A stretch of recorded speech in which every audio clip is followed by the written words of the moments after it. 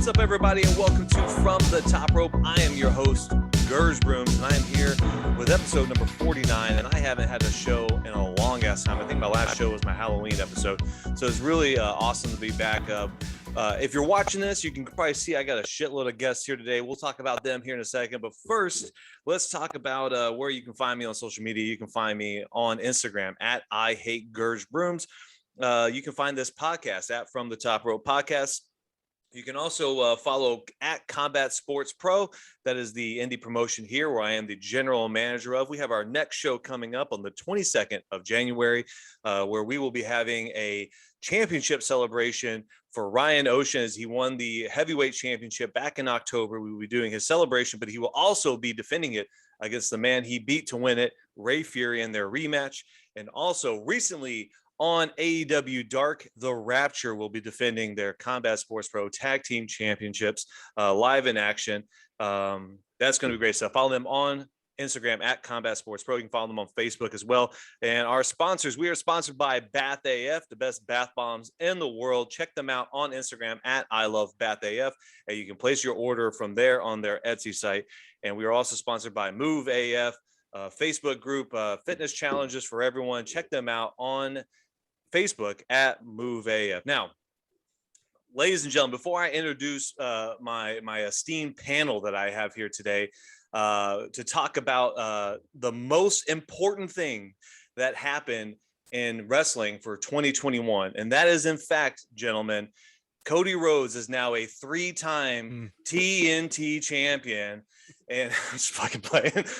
Stupid as shit. No, of course, I'm talking about returning to live events. Live events came back this year for wrestling, and that's what we want to talk about. All four of us got to go to varying levels of professional wrestling shows this year, whether it be from local independent to kind of like the high end of independence, and obviously the big time with WWE and AEW. But before we jump in and we start talking about all that stuff, I want to go around the table and let our members of the panel here introduce themselves.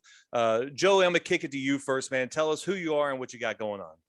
Yo, what's up, guys? I'm Joey, Joseph Crush from WrestleBuzz or the Wrestling Journal podcast. You can find us at WrestleBuzz on Facebook, Instagram, TikTok, YouTube, WrestleBuzz with 3 Z's on Twitter. And then the Wrestling Journal podcast is anywhere you can download podcasts. What's going on? Happy holidays. Merry Christmas. Merry Christmas, man. Yeah. Hell yeah. And the Wrestling Journal podcast, I talk to Joey all the time. That's my go-to wrestling podcast. I love it, and it's fantastic. And I appreciate him being on the show, man. And the bottom corner on my corner is my homie Eric, who obviously has been on the Wrestling Journal before, or Wrestling Journal. Jesus, I just said it. Wrestling From the Top Rope. I definitely had a few beers today. Eric, what you got going on, man? So my name's Eric. I'm a bodybuilder, but a longtime wrestling fan. Definitely like to come here and talk wrestling with George a lot. Done a couple of indie spots with him, which was awesome. Got to go to SummerSlam this year. You can follow me on social media. I do a lot of fitness stuff. So it's E_RY_truth. Sponsored by Animal Pack. You can get a code at Rydecki at Animal Pack Military, animalpack.com, and get 10% off, sometimes even more. But yeah, definitely check that out. If you just want to ever just look at your own body and realize that you suck, go to Eric's Facebook page or Instagram page, and he'll give you the proper motivation to get in there and get those gains, man. I'm always willing to help out for free, whatever. I just do it. I do it for me. I do it for fun. So absolutely. Eric and I were stationed together, and it's the real deal. So check him out on Instagram, please. And finally, from the what's the name of your podcast down there? Project Kayfabe. I was gonna say Kayfabe Cup. That's something completely. Project Kayfabe, a pop culture and wrestling podcast. Man, go ahead and introduce yourself. What's up, guys? I'm Joe, and yeah, I'm from Project Kayfabe. Started the podcast in the middle of the pandemic because I was like, what am I gonna do with myself? You know, I'm bored, so I started a podcast where I talk about wrestling. Half the time it's about movies, shows, anything I really want to talk about. It's been a fun time, and it's great to be on here and just also meet all you guys. Yeah, man. Hey, yeah, welcome to the show, man. It's nice to meet you. And I just love. It's been a long time since I've done this show. October 31st is my last show, and since then, the holidays and if anybody who's listened to the show too, my wife is elsewhere, and so therefore I'm holding it down with my kids and the holidays. It's just been a real busy time. I flew up to New York City for the first time in my whole life. to go to Survivor Series with my homies of the Wrestling Journal podcast, which was a lot of fun, which we'll talk about. And I think a couple of us now, a few of us on the show today have been to Survivor Series, so we get to talk about that show. But I just wanted to talk about wrestling and going to wrestling shows because I didn't realize how much I missed wrestling shows until I went to a wrestling show after the pandemic. And the last wrestling show I went to before the pandemic kicked off was NXT TakeOver Portland, which God rest his soul, the last real takeover too. If you look back, we won't have a takeover like that again, at least for a while. And the next show I went to was WrestleMania. So to kind of kick off the show, I want to talk about WrestleMania and what it was like going to a rained out WrestleMania too. I was telling the story to my friend. So WrestleMania, it was also weird too. I was listening to the Wrestling Journal today. You guys were talking about whether or not they're going to sell out the AT&T Stadium. That's 200,000 tickets essentially, right? Yep. Bro, I'm gonna tell you right now, there was 25,000 tickets available for WrestleMania, the one in Tampa this year.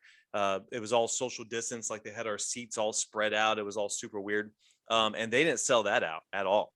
Like there was no way that WrestleMania was sold out. I definitely had plenty of open available seats around me. But what I thought was awesome was you guys got to experience it on TV. I got to experience it in real life. Was that bummer of a rain delay? Whenever, like literally, I can't explain the hype to you guys. Whenever, like literally, the build up, and then I think they did the welcome to WrestleMania, and then all these blue lights flashed on the monitors and told us to evacuate and go the hell inside. And I think they did it on purpose. I'm gonna be honest with you because.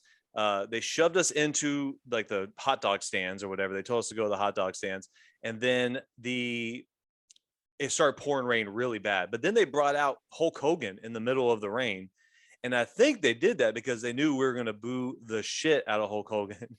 So they didn't want anybody in the arena to boo the shit out of Hulk Hogan because they didn't make any announcement. All of a sudden, out of nowhere, Hulk Hogan's music started playing, and we all had to pile back into the arena.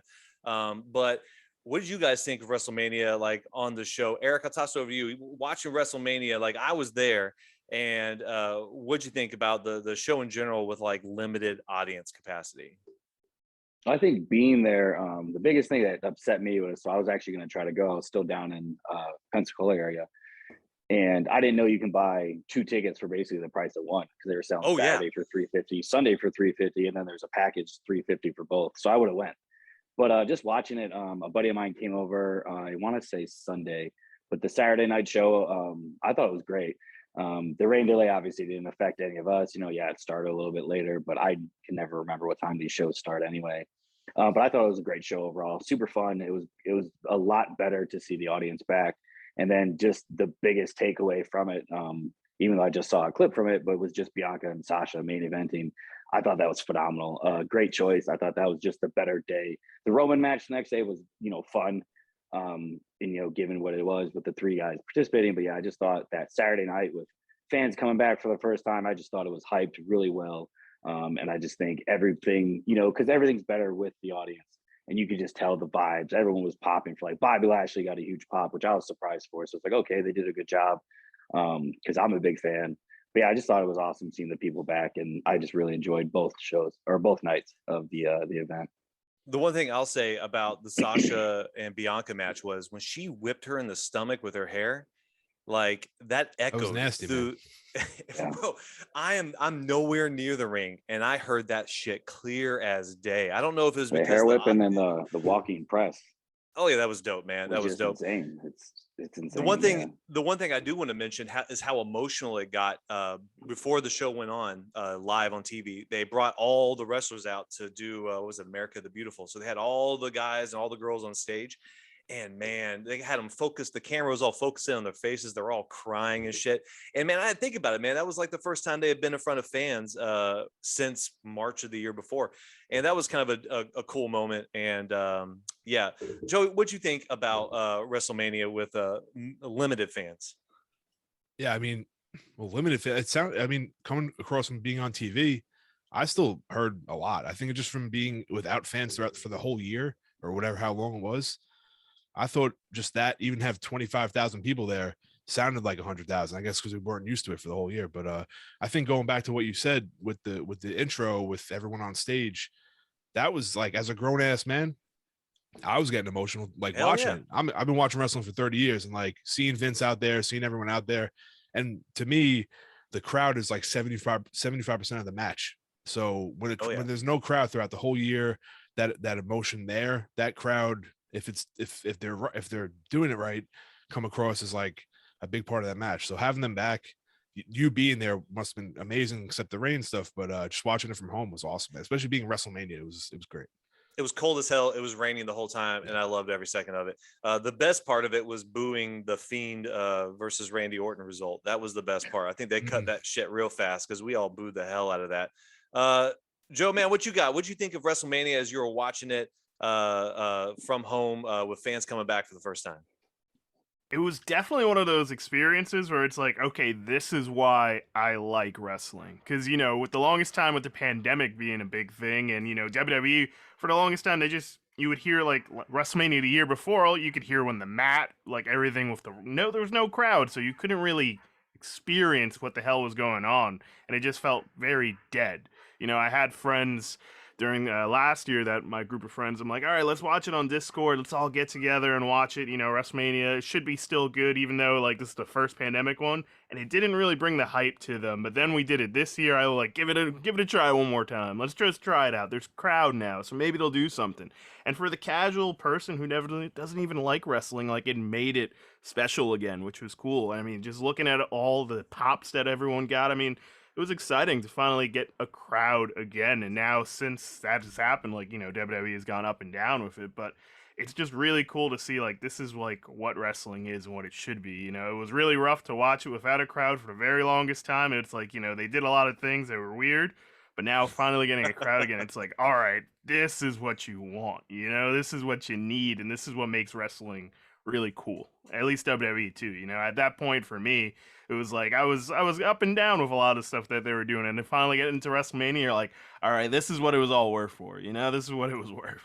It was definitely worth it going through all that Thunderdome stuff. And biggest pop of the night, tie between Bad Bunny and Edge. Like both, I mean, I get goosebumps thinking about the pop for Bad Bunny. I can't believe it. Like it was out of control. I had kids all around me losing their damn shit when Bad Bunny came out, and it was awesome. Yeah, it was nice. It was nice. It was kind of weird because after that, we went back to the Thunderdome and it was whatever, and we had to last out a couple more months with that stuff. But just kind of switching to I think I'm trying to go in chronological order right now. I think the next one that I went to was Blood and Guts, and I just want to talk about it just for a minute because I got to go to a couple of the AEW and Daly's Place Dynamites where they had super limited seating. Last year I went to Winter is Coming, so I was there for for Sting, but this year I had to go to Blood and Guts. I've talked about this on the podcast before. I'm a massive War Games mark. I will love. I tell the story all the time on the podcast. If I watched Ric Flair get his head cracked in by Kurt Hennig in War Games '97, and it has scarred me for life. So whenever I heard Blood and Guts was going to be coming to Daly's Place, I had to figure out my life and I had to go down there. And of course, being in person, it was awesome. One of the things that I talked about a little bit when I was doing my review of the show was they pre-taped everything that wasn't the cage match, and they showed it on the TV for us.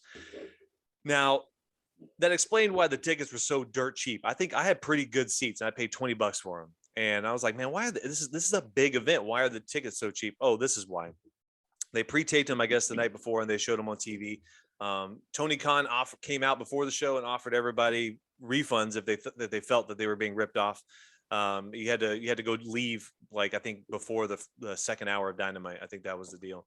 But I don't even care, bro. We sat through TV. I watched AEW Dynamite that night on TV like the rest of y'all until it came to that cage match, and it was absolutely worth it, except for the fact you could tell that they had added that crash pad in the back, because you could tell, like, from where you're sitting, like, oh, there's a different thing on the stage that's not normally there, so you knew somebody was going off of it. And but other than that, it was a total, like, I don't know, I don't know. I loved it, man. It's like all I can think about is Ric Flair getting his head cracked in by Kurt Hennig, and that's that 1997 to 2021, and it made my my little dreams happy.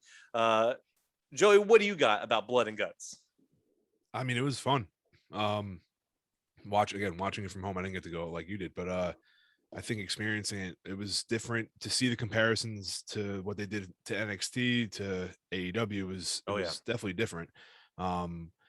Granted, you know what they're working with in WWE, so they did what they could, but I think AEW did it right. The whole crash pad thing, you could argue back and forth. Do you want Jericho to go through a crash? Like, do you really want him to get thrown on cement, or do you want him to? So like at the end of the day, it's like, yeah, but I mean, maybe make it look a little better. But that was like the only flaw about it. Everything else was great. I thought the right people looked good in that match, and I thought it was a great presentation. I can't wait to see it again. I'm like, I hope we see one again. So I don't know. I think they had met leading up, like you said, they only showed that one match for you guys there. I think leading up to it, there was like questions like it was like a one match thing, and then they added on those matches afterwards. So I thought for you guys, maybe you got shafted a little bit live, but I think at home we saw everything, so it was good. Yeah, no, the tickets were dirt cheap, so that's why I'm telling you, they were $20. I mean, $20 for a show. It was awesome. That shot of MJF standing on top of the cage at the end, though, I mean, it was amazing, fucking beautiful, man. I'll go down to Joe. What'd you think of Blood and Guts as you were watching it on TV? It was a good time. I mean, after watching a bunch of takeovers and seeing how, like, you know, kind of what Joey said, seeing how they do it in WWE and seeing how AEW did it, it was a very different feeling, and it just brought a lot. I mean, they were quick on the blood, and it was pretty awesome with how many people were gushing. It was a great time. It was one of those matches where I was like, God, I wish I was there live. I was getting tickets to go to Newark when it was originally going to be up in New Jersey, but unfortunately, you know, things happen, pandemic, all that stuff. But like being able to finally get that match, you know, once like almost like a year plus later, it was finally, I would say it was worth it. You know, it did what it had to do. It made the Inner Circle look good in their ways, and same thing with the Pinnacle. I mean, it just did its job, and that's what you want from a wrestling match, especially something like that. You know, they didn't like, sure, the crash pad may be problems for a lot of people. And, you know, part of that is like maybe they could have angled it a little bit better so it didn't look like a crash pad. You know, that's just production on its own. But hey, they still did it, and it was still awesome. Yeah. Hell yeah. Eric, what you got on Blood and Guts? So I thought it was good too. I was still kind of looking forward to the Elite versus Inner Circle. I feel like as far as story purposes, they jumped the gun too quick, but I don't know if that was because maybe Blood and Guts had been like in the making for over a year. But it was like the first feud that they had was Blood and Guts. Well, they did it backwards, right? It would have been a lot more impactful. But yeah, if you compare NXT, I've even the ones just this past, you know, couple weeks ago, those were great. All the war games have been awesome. The ones with Undisputed Era, of course, have been, you know, phenomenal. But then even MLW has been doing something very similar too. If anyone watches that, it's all over YouTube. I remember watching one of theirs, I think it was 2 years ago, right before the pandemic, and theirs was awesome. So I think it's nice to see everyone's little different spin on it, because it is such a great concept. It's such a fun concept to watch. And then if you're going to go into logistics as far as the crash pad, I think AEW, they have the money. They just don't have the experience right now. So it's the same thing with like the death match. It's just working progress. You can't, it's a fault on theirs. Yes. Because it's like, okay, you're supposed to be, you know, this $1 billion company, whatever it is, get a little bit more production. But I think that's going to come with time. I definitely see them around for the next 10 years or so. So let's say, you know, the next War Games match or Blood, whatever they want to call it, the next death match, whatever, I think it'll be, you know, twice as good, because I think they'll work out those kinks. That it's still a 3-year company. They're still all getting, you know, a hang of everything. You remember the storylines from the very beginning? Some of them were good, some of them were really, really bad. But now everything's kind of like moving slowly. So I think it's just a growth thing at this point. You know, I completely forgot that the death match was this year. That was this year. That was really good match. We wasted money on that. No, man, they wasted money. What was the other good match from that show? Like, because I mean, obviously the ending was whatever it was, the end of it. There were some good matches on that show. I just remember seeing you the next day, and both of us were just like, that'll just happen. All right, so yeah, Blood and Guts, War Games. GCW does a version of War Games too. They had their version of War Games this year too. I can't remember what it's called, but So yeah, those are the shows that I went to. I went to Survivor Series too, which we'll talk about in a minute. I think next up, I'm gonna save Joe. I'm gonna save you for the end because you've got like the best stories ever. I can't wait to hear them. Next up was SummerSlam. Eric, you went to SummerSlam in Las Vegas, which was like the first proper stadium show, full max capacity. Tell us, man. Tell us what we need to know about what it was like to be at SummerSlam live. So outside of the spectrum of wrestling, the stadium, their registers went down, so we didn't get any food for 5 hours. That was cool. Luckily, no joke. Luckily, they were giving out waters and like energy drinks, and my girl just so happened to be in line at the right time. And of course, you know, she's a cute girl, whatever. Homeboy gave her like 2 burritos, 3 Hell monsters, yeah, you know, homeboy. all this stuff. Hell yeah. So she comes back, she's like, hey, the registers are broken. You can't get anything. I was like, what did you just do? But so that was cool. We kind of lucked out on that one. But other than that, they were giving out like waters, which was nice. But overall, just being there, we got there like right after the pre stuff because we had to take a cab and all that fun stuff. The stadium was huge.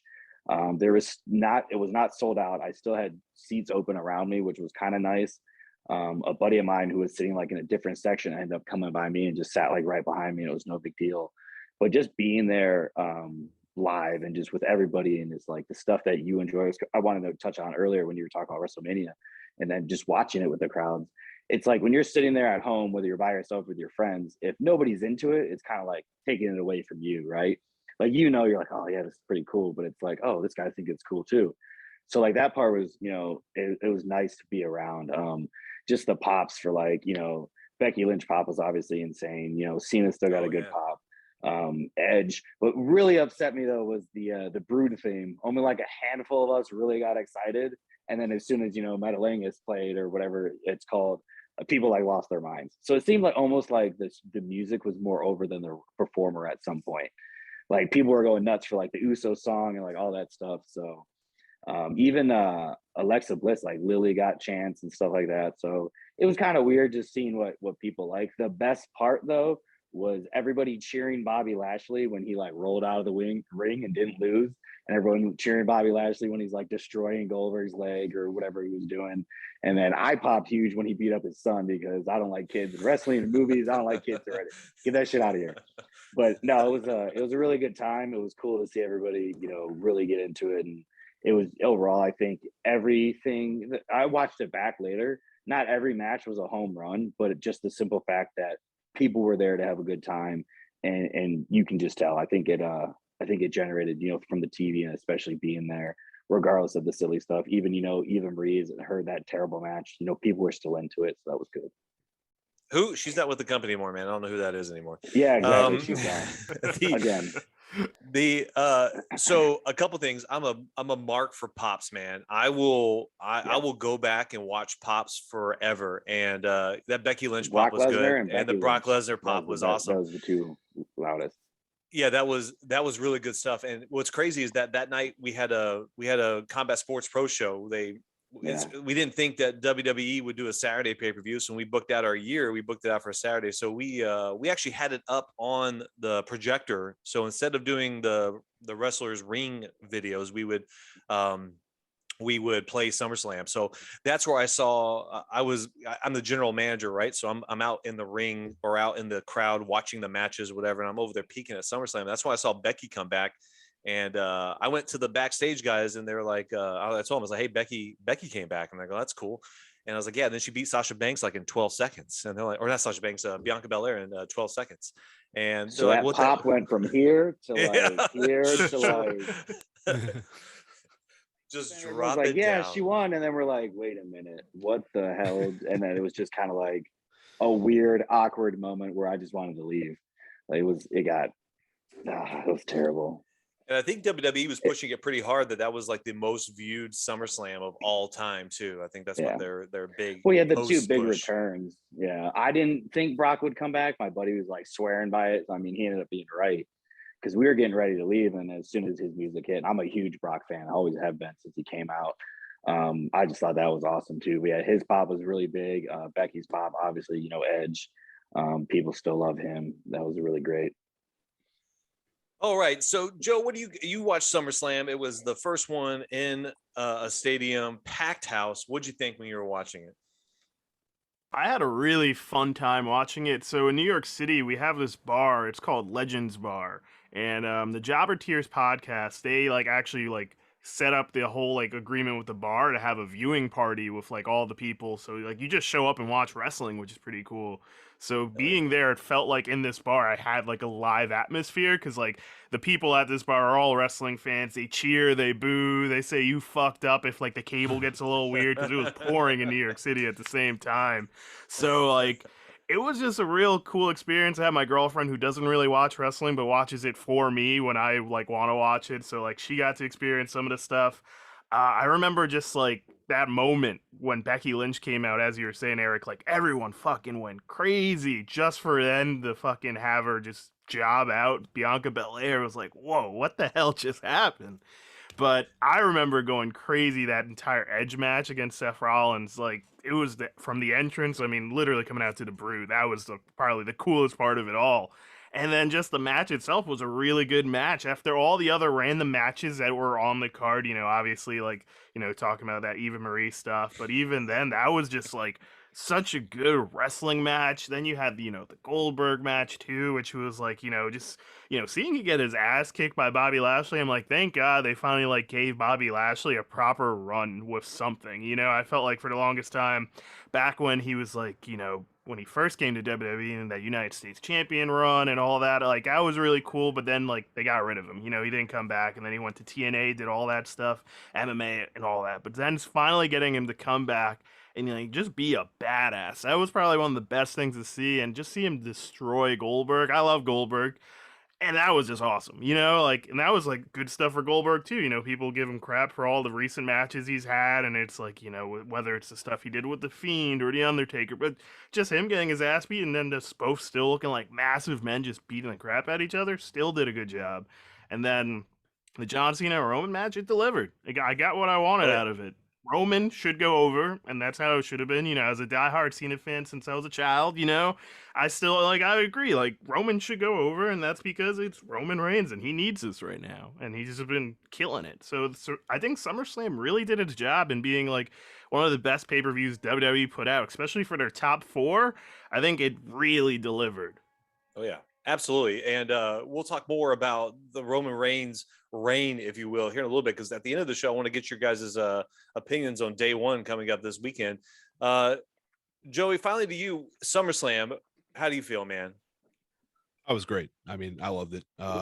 You guys kind of hit every top point out of it. So, I mean, to even just copy off you guys, the Becky return obviously was huge. The win was definitely questionable. Was it 26 seconds she bragged about? Yeah. And Brock coming back. Ever since Brock came back, this has been my favorite Brock of all time. I think we never got him, and maybe we did, just forgettable, kind of like a babyface Brock. But how badass he is right now and what he's been doing, it's just been top-notch stuff. Edge is my favorite of all time, so him coming out to the Brood entrance mixed with Metalingus was perfect. It's a shame that, Eric, that you said not everyone appreciated there, because I popped fucking more than anything great. I ever did in a long time. So that was awesome. And just see, again, it kind of goes back to what I said about WrestleMania, just to see that big of a show with people there at that a huge arena is just awesome. A great experience from watching from home. It kind of just speaks for itself.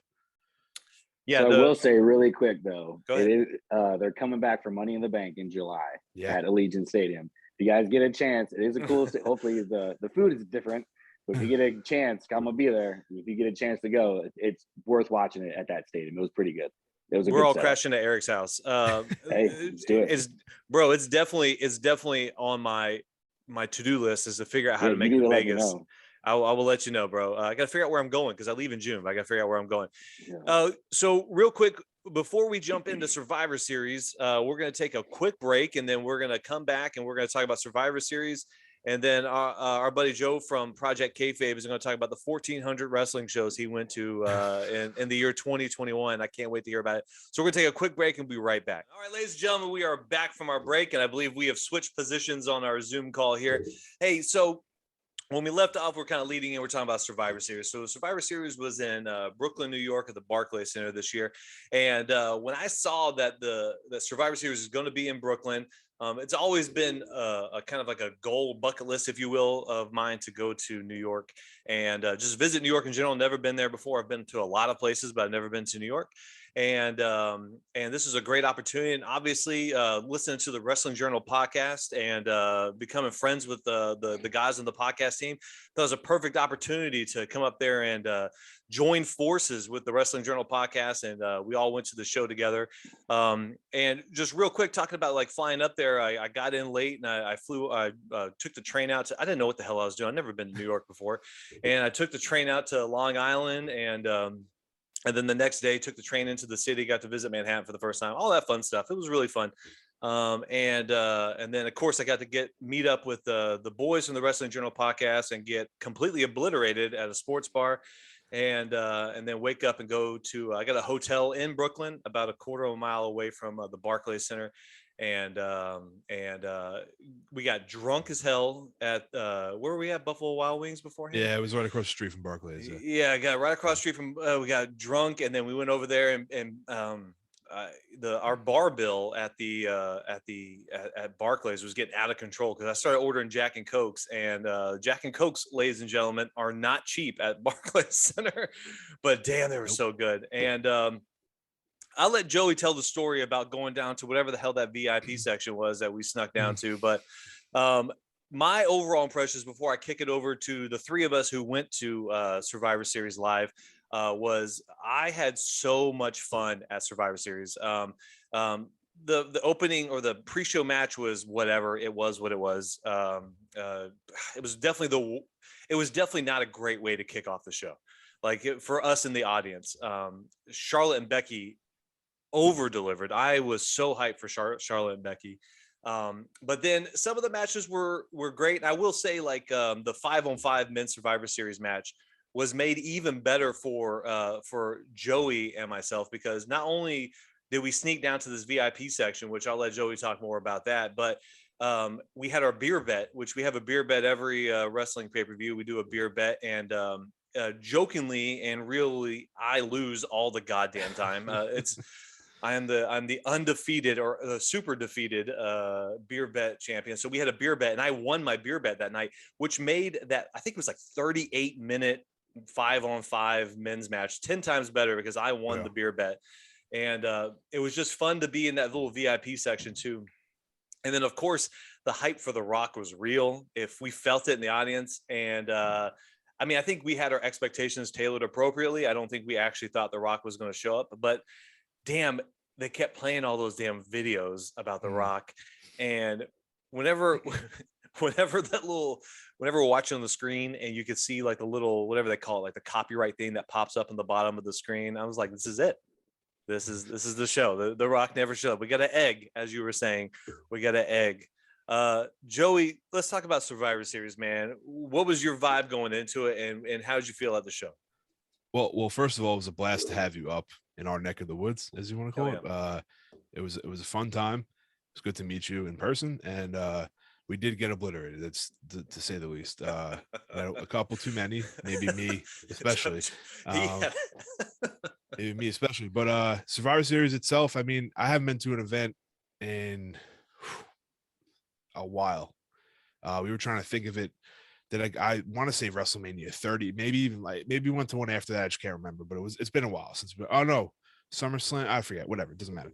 But just being at an event, especially after all that's been going on, was awesome. I think maybe the booze on top of the excitement kind of had it over deliver for us, because like we were talking about it earlier, maybe to someone at home didn't come across as good as it did in person. The Jack and Cokes were flowing for sure. And we felt that maybe that attitude. So, I mean, the show itself, I thought the opening match, the pre-show match, I believe it was Shinsuke versus Priest. Yeah. Right? I actually thought it was okay. Maybe I'm just indifferent, but I think that match could have got on the main card. Whatever. No, it was the disqualification. The way it ended. Yeah, the match was good until it just ended weird. Yeah, and then like you said, Becky and Charlotte was amazing. Great to see in person. And then I forget when, but like you said, we divvied our way down to a VIP area where I saw an opening. We were getting a drink, and I was like, "There's no line to get into that little area." It was like kind of like a party deck almost with like bar stools. Yeah, yeah. And I'm like, no one's in there, so I'm like, let's just go in there. And then we stood up, we went in, we stood next to some random people, and like a servant came in. He's like, "Did you guys get any chairs?" We're like, "No." He's like, "All right, let me get you some chairs." And then it was all official. And you just looked at me, you're like, "Act like we're supposed to be here." I'm like, "You got it." And then we did, and we stayed there for the rest of the show. So it was great. The rest of the show, man, VIP. I love it. Yeah. Two things that stuck out for me that night. One was, and again, maybe it's just me, but Jeff Hardy, I mean, no longer with the company, but he was Biggest pop, man. insanely over with that crowd.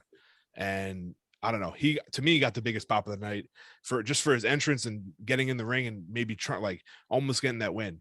Another thing was kind of like a personal thing, but there was like a young girl next to me, and she like I had to be like 7 or 8 years old, and she did not like she's full kayfabe, like believes everything. Love And that. just to experience that and like her ask me questions, I was like, this is how I was when I was a kid. And Hell just yeah. like I haven't talked to a little kid about wrestling ever. So to experience that was cool to see her like her joy for the show in person. It was pretty cool. But The Rock not being there, I mean, like you said, Gerge, like we had in our heads, like he's probably not coming, but there was that little ounce of doubt in the back of my head. Is he gonna show up? Is he gonna show up? And I'm like, man, he didn't. We got an egg. And I thought it was a fun show. I seen Roman's entrance in person was insane. I got like that Undertaker vibe to it. Like it was just so epic. And seeing that in person, the music, him, the crowd just like loving it. That match with him and Big E was great too.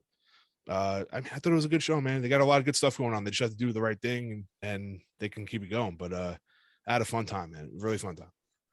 You talked about talking to a kid. I went to the Royal Rumble 2019. That's where Becky won the Rumble. And I had this guy and his brother. The guy was older, maybe 19, 20, and his brother was younger, 8 or 9 or something like that. And we ended up conversating during the show, and we're talking about who we thought was going to win the women's Rumble, and that they were saying who they thought they were. And I was like, well, I think Becky's going to win the Rumble. And they were like, hey, listen here, idiot. Becky's not in the Rumble. And I was like, yeah, but Becky's going to find a way in. And I was just hyping up, just talking to the kid. And when Becky found her way into the Rumble, it was like this kid, the look in his eyes when he turned back and looked at me, he was like, holy shit, you were right. And I made that kid's day from, just obviously I'm a total mark and I listen to podcasts and I pay attention to the business. And I just knew that they're going to find a way to get Becky in there. But yeah, that feeling you're talking about, talking to the kid, whatever is real. It's just fun.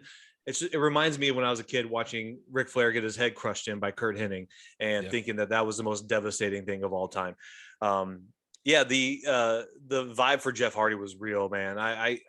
Everybody loved him, which is obviously super unfortunate to see where things went, obviously now. But you've talked about it on your show, man. You talked about how his interview with Stone Cold, how he wanted one more run, and how I think that could have happened, man. I think that could have actually. Sure. I don't know if he would have ever won it, but they could have easily, whether it be the Rumble or whatever they're doing in February, they could have easily put him against a world champion easily, and it would have been a great match.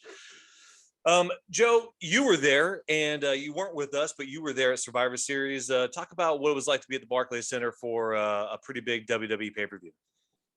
Yeah, it was really cool just because I never have been to the Barclays Center, and I was like, all right, this is the first time like now like I could try and go, post-pandemic. Well, big part of it, yada yada, but also like this is the first time I have the opportunity. I'm around, so let me try and go. And it was awesome to say, like, to be there, just to be there. I was like, yeah, this is cool. There was like the Charlotte match where I was like, that was a really good match to start off the show. At first, I thought they were going to like, start off with a Roman Big E match, which I thought they kind of made it seem like to us in the arena. That's what I thought they were doing. And then next thing you know, Charlotte and and Becky. So I'm like, all right, that's good. So maybe The Rock will come out at the end, you know? Maybe he will, because now they're making sure that this will be the main event. And, you know, with all the video packages they kept doing, you know, of all the years of The Rock and, you know, celebrating all that, you're like, maybe he might come. Especially, like, you know, I remember hearing months ago, like, yeah, his schedule's booked. He's already booked before, like, Survivor Series. He can't go. Um, Thinking of things that really stood out to me, I don't know if it was just the whole crowd in general or the acoustics of the Barclay Center, but sometimes I thought it was like really quiet and underwhelming throughout parts of the show. Like there was moments you would think that should get some sort of pop, and it was like, what's going on here? And I remember I'd like text my friend, he's the other half of Project Kayfabe on the wrestling side. He was like, yeah, like how was that on TV? He was like, oh, it looked great on TV. People are going like, it sounded like people were going nuts. I'm like, people in the arena were like dead, like no one was talking. It felt like so. I think that was the biggest thing that stood out to me. Sometimes it just felt a little underwhelming to be there, but like it was still great to be there as a fan, you know, just being able to be in that atmosphere. But sometimes the atmosphere felt like it was down to me, at least what I felt. Well, I would be stupid to mention the fact that the crowd hijacked the women's 5-on-5 match for I think the overwhelming majority of it, at least like the first half, until I think the biggest turnaround for the match is whenever, obviously, when Bianca and Sasha would either engage with each other or whatever. But for the most, I think that's when we were doing the wave. I remember that now. Yeah. Yeah, we did the wave. And I mean, listen, I was really drunk, and I'm typically not like a big fan of fans hijacking it, but the women's match was definitely sloppy, thrown together. I mean the booking, not the actual match itself, but it literally had no stakes. Like nobody genuinely cared about what was going on in that match. Obviously, you had your stars in there like Bianca and Sasha and stuff like that, but the fans hijacked it with the wave. And but then once Bianca kind of stepped in, and it started picking up a little bit, but yeah, it was definitely a weird vibe. That silence you're talking about was definitely there at a lot of points. Absolutely. Eric, being the only one who wasn't there, you watched it live on TV. Tell us, man, because I'm telling you, man, I think I've told Joey that I feel that it was a 10 times better show because I was there live, and I was there with my buddies, and we were drinking and having a good time, which is what a wrestling live show should be. But at the end of the day, the majority of people watch it on TV. What do you got for Survivor Series? So I do want to touch on a couple of things you guys mentioned. So Joe and you just brought it up as far as it being quiet. So I watched SmackDown this 2 days ago, whatever today is, for the first time, like fully. Usually I watch like the clips or whatever because my schedule doesn't line up. And I felt like during some of the matches, I thought the cheers were louder than what was going on. So now I'm wondering, you guys being there, you're like, oh yeah, it seems pretty dead. But then, you know, his buddy like, hey, yeah, it's pretty loud on TV. I personally don't remember too much. But now I feel like they're still piping in the crowd sound effects. Here, I want to step in for 1 second. I will tell you, they are 1,000% piping in noise. There you go. Okay. Mainly so I went back and I watched WrestleMania, and I'm telling you, the entire crowd booed Hulk Hogan. We booed the shit out of him. We came in there. Not on TV. Not on TV. I went back and watched it, and they had the booze low. So WWE is definitely piping in noise. Yeah. But to be fair, I believe AEW is also piping in noise as well. More than likely, yeah. Yeah, I think they're piping in noise. So go ahead. Sorry. But so yeah, just as far as that's kind of like my theory. So whether it's true, I mean, you know, you can always criticize that. But the Jeff Hardy thing, yeah, he definitely had the biggest pop. You know, I watched a couple of different YouTube channels too, and they kept mentioning it too. So I thought, and especially with his broken skull thing. So what's funny is George and I met Jeff Hardy earlier this year. That was still 2021.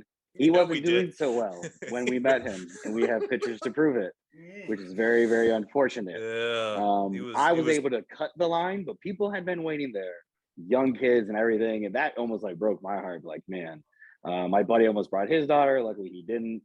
And by the end of the night, your boy was not performing any concerts or standing.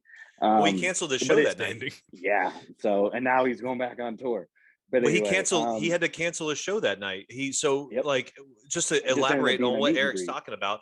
We were waiting in line to meet Jeff Hardy. He was way ahead of me in the line, and so he got to actually get a picture with Jeff Hardy standing up. I've sent this picture to Joey. My picture is with Jeff Hardy because I was at the end of the line. Is him sitting down, and I'm sitting down next to him. and he is completely obliterated. And he was supposed to do a show right after that signing, and they had to cancel the show. They just canceled the show because he was so drunk. Yeah. You know, look, bro, look, man, I am definitely not a judge of anybody, you know, so go do what you got to do, man. And I hope he gets taken care of. But yeah, he was pretty drunk that night. Sorry, go ahead. But yeah, so I mean, well, there you go. So it seemed like he did okay. I've seen the interviews too. He wanted one more run. He wanted that No More Words back. He really wanted that song back. And then the SmackDown where Sami Zayn won the Battle Royal before they completely did some crazy stuff with that. I thought there was going to be more of a story where, okay, Jeff was like runner up. So maybe down the line, same thing. He'll get, you know, that shot against Roman, whether he wins or not, he'll just be put into that picture. And I think people would have loved it. But so yeah, he was great for Survivor Series. The Becky Charlotte match was awesome. I thought Big E should have went over Roman. As much as a Roman fan as I've been this year with the new character, I think Big E could have snuck one away because Roman didn't need it and he wasn't going to lose the belt anyway. Whether it was, you know, a dusty finish or whatever you want to call it, I think that match could have been a little better. I think Big E could have went over. And then what was funny is you probably don't remember now that I guess you were drinking a little bit, but you and I were texting throughout the event. Were we? We were talking about, yes. We were talking about The Rock, and I was like, hey, are people expecting The Rock to come? You're like, yeah. I was like, well, he's not. So I knew that wasn't going to happen. Listen, and then you I told can't me, be like, held hey, accountable we're doing for the drunk wave. self. You're like, hey, we're doing the wave. And as soon as you said that, it's coming up here, and then I see it right there in the hard cam. I was like, you son of a bitch. But that was funny. And then, yeah, I mean, it kind of died off when Becky and Sasha stepped in, because I think better than Charlotte Sasha and Bianca, but I think they're better than Charlotte and Becky. I think they're the top two women right now, but that's another conversation. So I think that's good thing people really at least enjoyed that. But overall, I thought it was a lackluster show. Another buddy of mine who likes to go to shows and everything, he was like, yeah, The Rock's going to be there, but this and that. And blah. I was like, no. I was like, they underhyped the crap out of this show, and it really showed on TV. Yeah. The champions versus champion match, I'm always for, but they had RK Bro, which, yeah, they're a cool team, but they're not a real team, versus the Usos.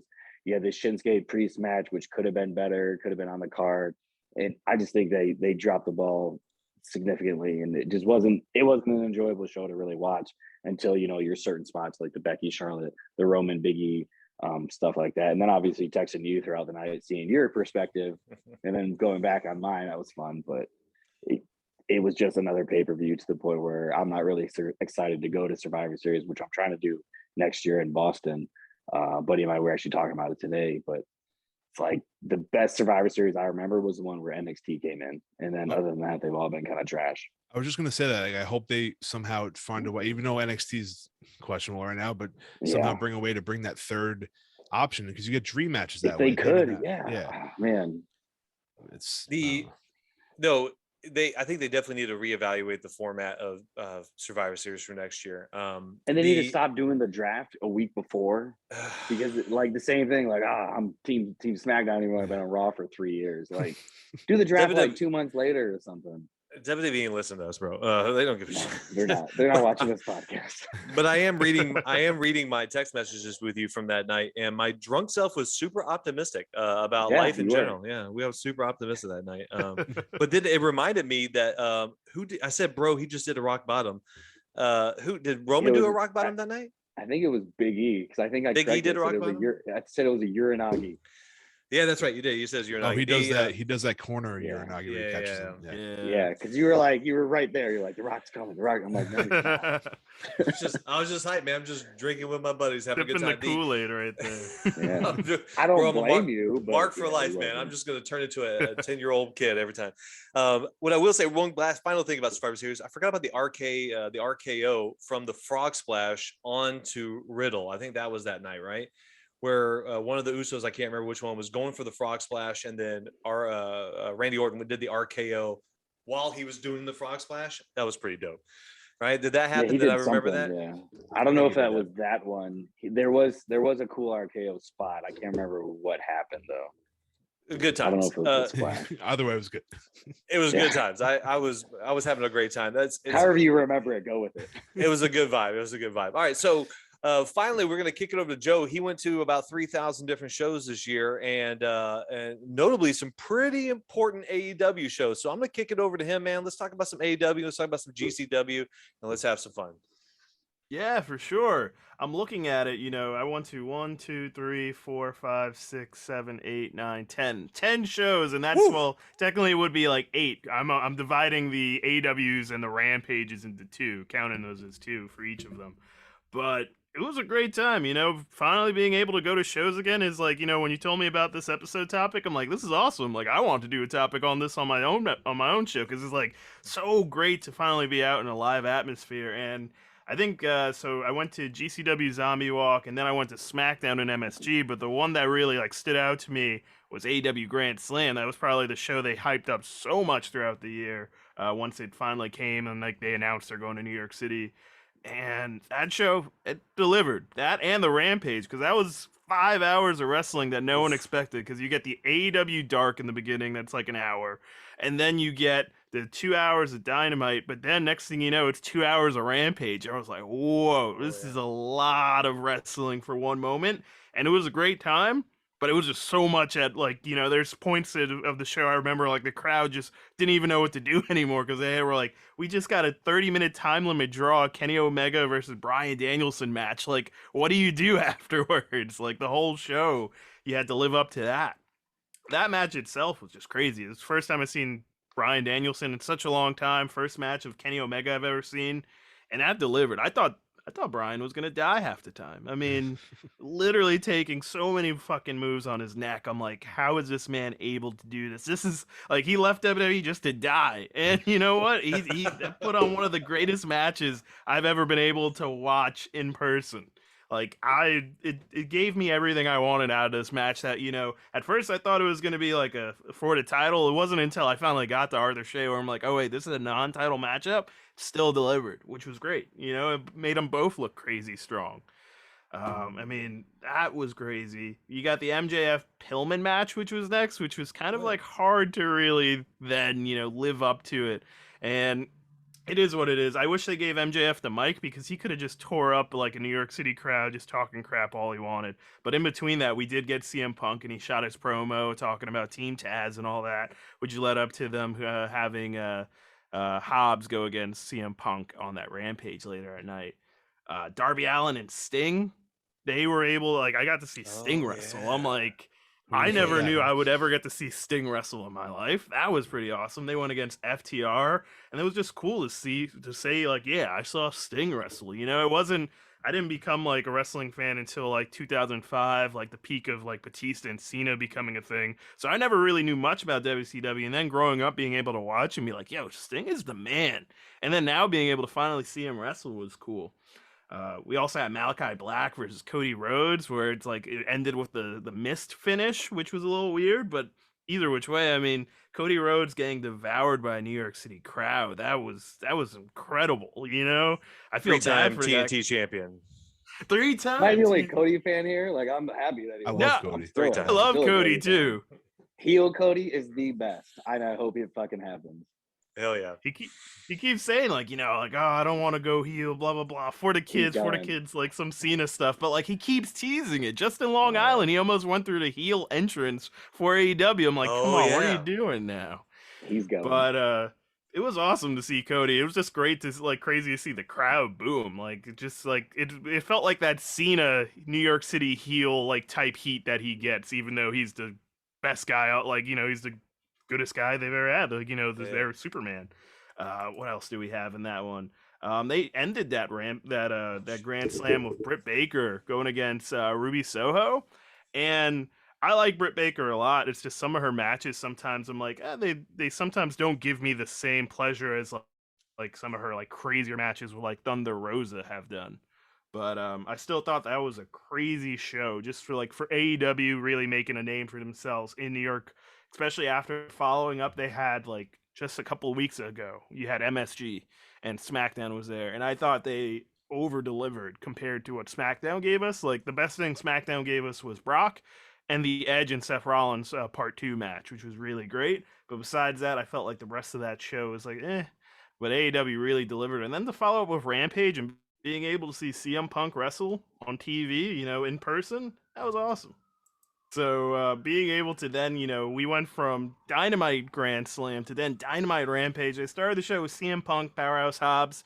Not CM Punk's best match ever. Having the comparison dealing with him with Powerhouse, I was like a little sad because I wanted it to be Ricky Starks, because Ricky Starks and CM Punk would have had probably one of the best matches of CM Punk's career so far, if just being with a guy like Ricky Starks. But still a great time. Super Click became a thing, again, and then we get Adam Cole and the Young Bucks. The Adam Cole pop, I was just craziest gonna thing I've say, seen in a how long time. insane is his pop? Because it is the greatest thing to just watch. Like, how is insane in person? It's like those feelings that gives you goosebumps. That's one of those things. Like I've been Watching following it Adam. gives me goosebumps. It's so good. Like being able, I was a little mark. I fucking did the boom and all that stuff too. Like Hell I yeah, did it you with did. the crowd. I've been watching him since his first feud with Kyle O'Reilly back in the ROH days, and just being able to see him now go full circle, and just the crowd ate him up, which is why I think it's a little crazy when people are like, "Oh, Adam Cole, they're not doing anything with him in AEW, blah blah blah." Like, no, just wait and watch and see what happens. He's living his life right now, having a great time, putting on some good stuff. So They don't seeing them, need to. exactly. He's doing great. They don't need to. Everybody loves him, like you said. Yeah, like seeing them, and you got going against Christian Cage and Jungle Express, like being able to see Christian do his thing. Like he did a spear, I remember, on the ramp, and that ramp was huge. So just that was a cool experience. The crowd itself just ate everything up for that. You got a Man of the Year going against Jericho and Jake Hager, which was it was a little nothing crazy, but then having all of American Top Team come out and beat the hell out of Jericho, seeing Jorge Masvidal almost knock out Chris Jericho, it felt like something really did go down, because they had medical staff going up, even after TV is done recording, quote unquote, Jericho sold it like a pro. So I'm like, yo, is this dude getting messed up for real? Because no way Jorge Masvidal really knows how to protect the other person that well since being in the UFC.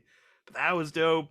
Inner Circle had a match. You got Ortiz and Santana with the Lucha Bros. That was a crazy, especially for Ortiz and Santana. One of the biggest things I wanted for them in New York City was to win the gold. Being the hometown boys, I wish they could have had a chance for the title, but still being able to go out there. They went against Isaiah Cassidy, Mark Quinn, the Hardy family office. That was nice. I think the biggest match of that entire show for Rampage was, I almost forgot about it, Eddie Kingston and Moxley going against Suzuki Gun. They had Minoru Suzuki and Lance Archer, and they went off. They had a great time. And then Homicide came out. Oh yeah. This was the crowd would ate it up. Just seeing it was hardcore enough, and it delivered. Finally getting to see John Moxley and Eddie Kingston just go off on people, and someone like Minoru Suzuki, I'm like, that's a living legend just to watch, from Japan. So I was marking the hell out for everything I saw at these AEW shows. When it came to shows themselves I've been to, AEW really hit the mark on a lot of things. And maybe it's because they're new, maybe it's because everyone's sipping the Kool-Aid, but I had a great time watching that show. AEW is absolutely leading the charge when it comes to live shows, man. I go back and I watch that Daniel Bryan, Kenny Omega pop, not even the pop, but if you go back and you watch the first minute of their match when they're not even fighting, they're just soaking in. Daniel Bryan is soaking in the crowd. That's fucking wrestling, guys. That shit is my favorite thing, man. As we're starting to wind down on time, Joe, let's talk about your GCW shows. Just give us a few minutes what you thought about your GCW shows, and then we're going to wind this show up because I know we're all hyped for wrestling in 2021. What's up, man? Yeah, I'm going to say GCW is while AEW is probably the best shows that I've seen for wrestling wise, GCW offers the best crowd experience I've ever had at a show. Very smaller knit arenas that they're doing. The first one I went to was Zombie Walk. That's in Atlantic City, and it's in the little ballroom that they got. But the crowd, everyone who's watching it is a wrestling fan. They're a diehard. Whether it's the biggest marks in the room or just your fans that just appreciate good wrestling. It was a great time. I mean, we saw we saw Nick Cage go against Jimmy Lloyd in a death match, and that was my first time ever getting into a death match. I used to think death matches were like beneath me as a wrestling fan one point because I was like, what is this? This isn't wrestling. They're just literally murdering each other. Not in the way that I thought it would have been cool, but leading up to watching GCW a lot more, like I saw one of their backyard wrestling events that they did. I started to really get into it. And Nick Gage, he's a psycho. I mean, this dude, watching a man get sliced up in the face with a pizza cutter is next level shit when it comes to wrestling. Just then, for the match to become a no contest because Matt Cardona fucking comes out of nowhere and hits a dirty deeds on fucking Nick Gage. Like, that was probably one of the craziest pops I've ever seen. You know, Adam Cole's pop is huge, but seeing the crowd hate a man so much that the way they did with Matt Cardona, like, the GCW crowd is like a fucking cult, I'd say, like how they are. Like, from the way they mosh up with Nick Gage at his ramp, you know, as he's coming in, like, going to one of these shows is something I say every wrestling fan should try and do at least once because they got so much going on for whether it's death matches or just hard-hitting matches. Like, we saw Charles Dickinson go against Starboy Charlie, who's very, like, little tiny, probably 19-year-old kid. He got the crap beat out of him, but it was an amazing match just to see what they were doing there. Then I went to, like, this 2 show. They had Emo Fight, which was just a whole emo wrestling night where half the show it's like live concerts, like Marco Stunt performing, like you had his band out there, you had like all of those wrestlers coming out with these emo personas, like Alley Catch, who's on the indie scene with something else. Like, it was a great time. Then the next what was it, the night after, they had it was Get Lost a lot, and you saw Homicide going against Suzuki, which was just a crazy wrestling show in itself to think, like, you're getting Minoru Suzuki in some random place in Queens, you know? Like, just look at him go. Same thing with, like, seeing, like, they have these 6-pack challenge matches where it's just insane flips, hardcore wrestling. Like, GCW is probably my promotion of the year when I look at wrestling this year because they delivered, and when they go to Hammerstein in a month from now, I'm going to be there, and it's going to be probably one of the biggest shows they've ever had, you know? Being able to go where, like, ECW was made and all that good stuff, one of the places that they were made at, you know, and now finally they had a chance for them, that's going to be awesome. Yeah, Joey and I were just talking about, I think last week, talking about doing something for the Hammerstein GCW show. Like, it's doing something online or whatever, because that show is going to be awesome. Hey, listen, we're winding down the last few minutes here before my Zoom call kicks me off. I'm poor, and apparently I don't need to update to the pro. I'll be updating for the pro next time. I don't use Zoom that often, so this would be great. I just wanted to give everybody an opportunity real quick as the time runs down. First off, I want to say thank you guys for coming on the show on this Sunday afternoon, day after Christmas. I really appreciate it. This is a fun, like, just retrospect of the year, talk about wrestling this last year in general, but talk about the wrestling live stuff. I want to pass it around the room, plug your podcast, plug your Instagrams, all that stuff. We got about 2 minutes left. Joe, you can go first. Joe or Joey? I'm sorry. Joe. Sorry, Joe. We got Joe and Joe. Joe, go ahead. Yeah, my bad. Yeah, well, catch me on Project Kayfabe. We're a wrestling podcast, but we're also a pop culture podcast. We're like, you know, just some guys just chilling and talking about whatever we're really interested at the moment. So you can follow us, you know, wherever you get your podcast at. Check us out on Instagram, Twitter, TikTok at Project_Kayfabe. And this has been a great time with all you boys. Hell yeah, man. Joey, what you got? WrestleBuzz on Instagram, Facebook, Twitter, YouTube, TikTok, everywhere on social media. The Wrestling Journal podcast, anywhere you can download podcasts. Right now we're running a giveaway on the WrestleBuzz social media. We're giving away a 2015 SummerSlam ringside chair. It was only sat on once, so you don't have to worry about any germs or any booty juice, as I like to say. It's clean. It's good to go. You just got to follow the rules on the social media, and we'll ship it to you anywhere in the U.S. So follow that, and hopefully you win. Giveaway will be announced. The winner will be announced during day 1 on January 1st. So check it out. Yeah. Thanks, man. Eric, what you got? Thank you for having me, brother. I appreciate it. Hell yeah, man. So no podcast for me, just a big fitness guy who loves wrestling. Let's talk about it. So you can definitely just follow my regular page on Instagram, E_RY_truth. You can visit my sponsors at animalpack.com. Use my code ERYDECKY. It's all on my page. DM me with any fitness questions, whatever you got. Active bodybuilder, living in Vegas, watching wrestling, just having a good time. And thanks again, guys, at I Hate Gerge Brooms, at From the Top Rope Podcast. This has been episode number 49. Thanks so much for joining us. I'm going to say bounce before my Zoom call bottoms out. Thank you all again for coming on the show. We'll see you guys later.